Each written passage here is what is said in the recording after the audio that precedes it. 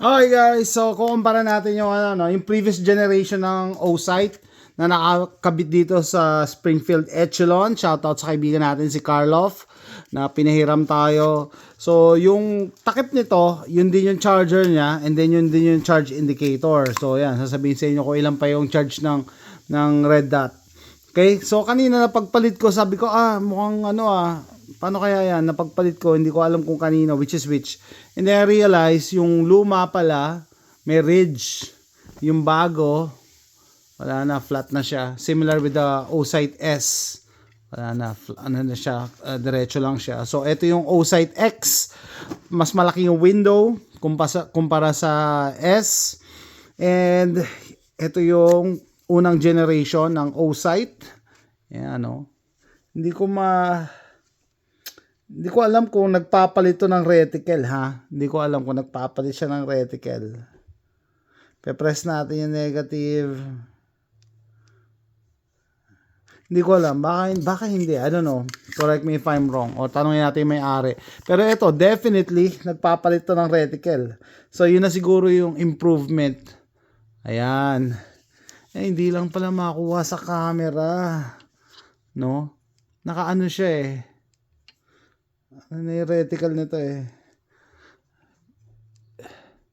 Tapos pag pinrest mo, teka lang mahirap kasi pag nakatingin pala ako sa screen.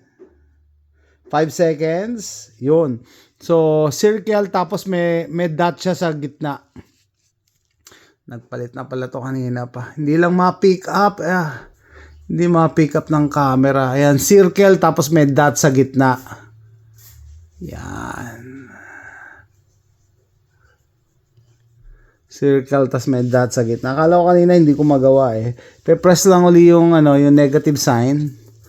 Babalik yan sa 5 seconds. Yan.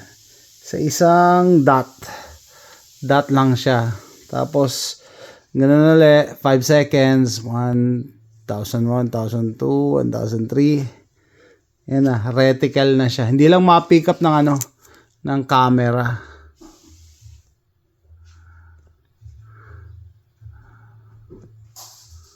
So hindi ko alam kung yun yung yung upgrade ng newer generation ng O-Sight, no? Kasi hindi ko mapalitan yung reticle nito eh. Tanungin natin yung may-ari mamaya kung nagpapalit ng reticle. 1,001, 1,002, 1,003, 1,004, 1,005. Wala, brightness lang talaga. So yan siguro, magandang reason kung bakit kailangan nyo mag-upgrade sa sa newer version, kasi ito, yan, may reticle, tapos may option ka pa na reticle, tapos may dot sa gitna. So ang daming option for quick target acquisition. Parang nag-ano ka lang sa video game eh. Nag-ano ka lang sa video game. So yun siya guys, no. Parehas na pwedeng gamitin. Yung size parehas din. Parehas din yung size eh. Yung technology lang, in-improve lang tong isa, yung sa kanan. Kasi may option ka for a reticle, no? Yung charging hood, yan, yung luma nakalagay O-Light, yung bago nakalagay O-Sight. Pag hinarap mo naman dito, baliktad sila.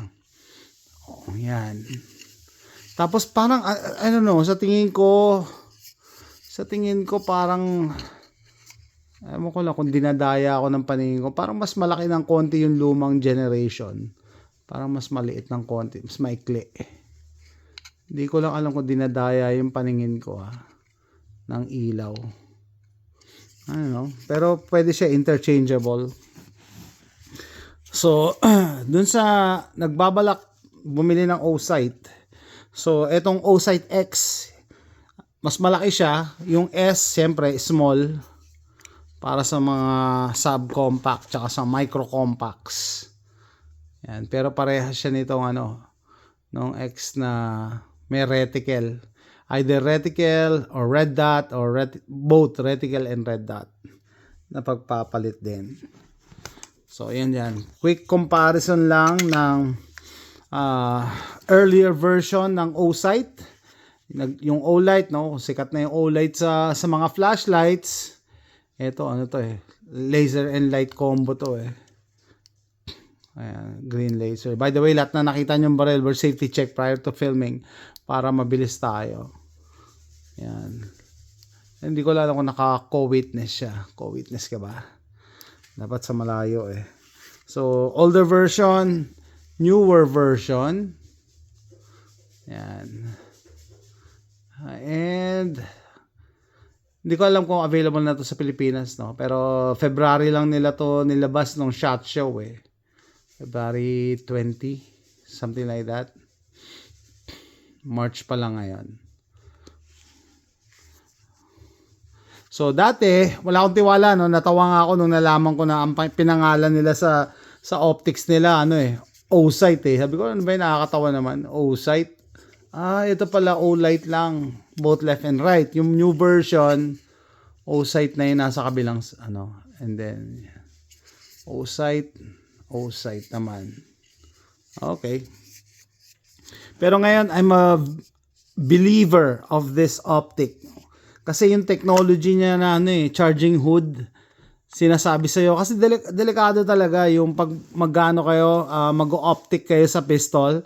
Tapos pagtanggal mo ng cover, wala palang charge, ubos na pala yung baterya mo, hindi mo alam. Samantalang to, you can check every now and then kung ilan pa yung charge ng ano ko, ng red dot ko, no? Tapos hindi mo na kailangan pindutin. Shake awake siya. Actually, pagbukas mo pa lang, naka-ready to go na siya eh. Naka-ready to go na yung red dot mo, di ba? So, medyo ano ako, nakakumbinsi na ako nitong ano, O-Sight na to, walang halong biro, no? Kasi yung technology na ginamit nila dito, very intuitive para sa shooter, na hindi ko na kailangan mag-turn on, hindi ko na huhulaan kung ilan pa yung charge ng battery ko. Diba yan? Sinasabi na sa'yo, ayan, fully charged. So.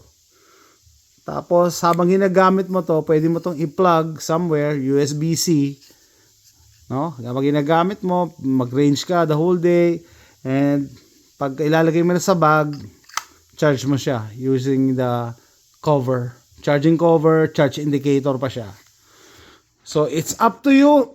Anong baril ang kailangan yung gamitan nito? Micro compact, subcompact, or full size. Pag full size, yung X. Pagka maliliit, yung S. So, that's it guys. Hopefully, nag-enjoy kayo. Isusoli na natin tong Springfield Echelon na may first generation or yung previous generation ng O-Sight. Kaya ginagawa ko na yung video. No, salamat sa kaibigan natin nagpahiram kay Karloff. Thanks for watching guys. Bye.